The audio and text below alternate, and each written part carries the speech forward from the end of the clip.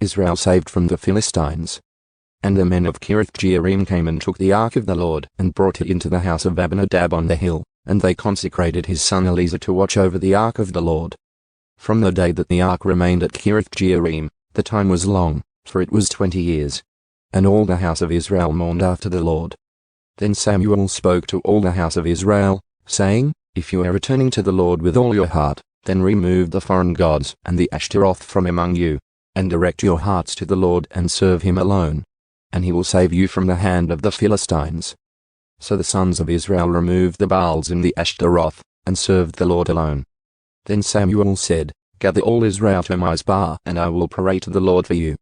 So they gathered to Mizpah, and drew water and poured it out before the Lord, and fasted on that day and said there, We have sinned against the Lord. And Samuel judged the sons of Israel at Mizpah.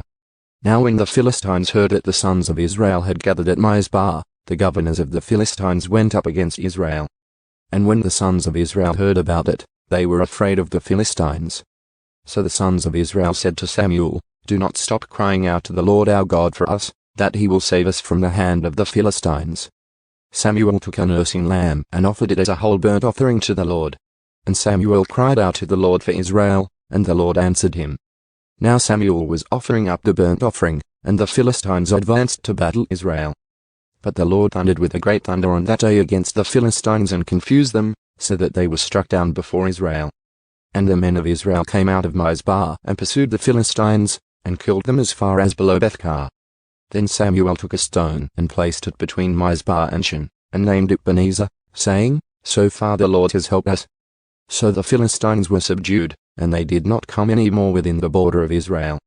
And the hand of the Lord was against the Philistines all the days of Samuel.